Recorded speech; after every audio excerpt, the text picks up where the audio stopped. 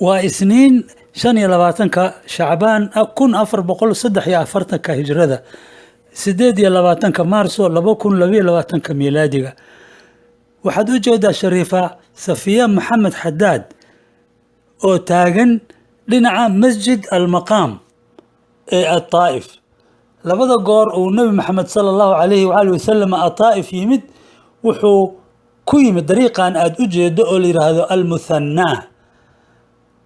wuxuuna labada goorba istaagay meesha masjidkan laga dhisay oo loo bixiyey masjidu almaqaami shariifada iyo labadeeda saaxiib oo la socdaba waa ku tukadeen masjidkan gudihiisa waxaana ka soo horjeeda oo derbigan gadaashiisa ku yaala masjid cadaas aan arki doono haddii ilaahay idmo